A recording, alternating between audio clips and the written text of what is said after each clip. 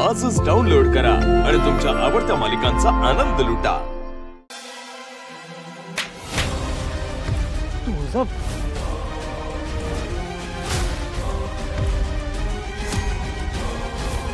बस झालं, खूप बोललास।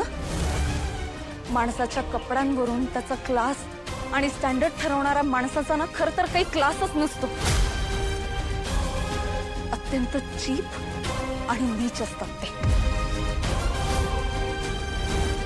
अरे एखाद्या व्यक्तीशी आपला जर संबंध नसेल तर त्याचा अपमान काय, त्याच्याबद्दल चकार शब्दही बोलू नये एवढी साधी गोष्टही कळत नाही का रे तुला? आपण डॉक्टर आहात ना, मग एखाद्याचं मन दुखवू नये एवढी संवेदनशीलता जर तुझ्यात नसेल ना तर मग पुढे बोलण्यात ना काही अर्थच नाहीये। जिथे आई वडील तुला सुधारू शकले नाही तिथे मी तरी काय बोलणार आहे? हा माझा नवरा, हा एकटा पूर्ण कुटुंब सांभाळतो। त्याच्या खांद्यावर जबाबदारी घेत त्याने आज मला इथवर आणलेलं आहे। तुमच्यासारख्या शिक्षणाचा माज दाखवणाऱ्यांनी त्याच्याकडनं जर थोडा शहाणपणा घेतला ना तर अनोळखी व्यक्तीशी कसं वागायचं, कसं बोलायचं याची जरा तरी अक्कल येईल तुम्हाला। माणूस आहे ना तो संस्कारांनी घडतो, शिक्षण त्याला फक्त मार्ग दाखवतो। तुमच्याकडे ना फक्त शिक्षण आहे, 4 वर्षांची डिग्री आहे आणि संस्कारांचा आणि तुमचा तर काही संबंधच आलेला नाहीये। एक गोष्ट लक्षात ठेवायची, माझा नवरा दिसायला साधा असेल, पेहरावाला गावच्या वळणाचा असेल, पण माणूस म्हणून सोनं येतो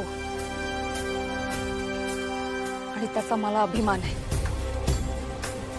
खरं तर ना तो आज आत्ता इथे तुम्हाला धडा शिकवू शकतो, पण त्याची बायको इथे शिकलेली आहे। तिच्या नावाला डाग लागू नये, तिच्या नावाला साजेसं वागायला पाहिजे ना, म्हणून तो गप्प आहे आणि म्हणून तुमची फालतूगिरी सहन करतोय तो। त्याच्या शांततेचा गैरफायदा घेऊ नका तुम्ही। आत्ताच्या आत्ता त्याची माफी मागा। ऐकू नाही आलं का? आत्ताच्या आत्ता माफी मागा, नाहीतर अशा वागणुकीसाठी वरिष्ठांना सांगून कॉन्व्होकेशन मधून डीबार करायला मला वेळ नाही लागणार तुम्हाला। तुळजा ग, याची काहीच गरज नाही ग।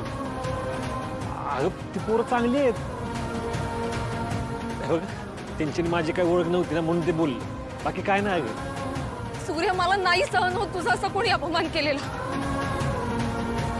तुम्ही काय बघताय? माफी मागा। सॉरी। नीट व्यवस्थित माफी मागायची सगळ्यांनी। We are sorry Surya, we are sorry.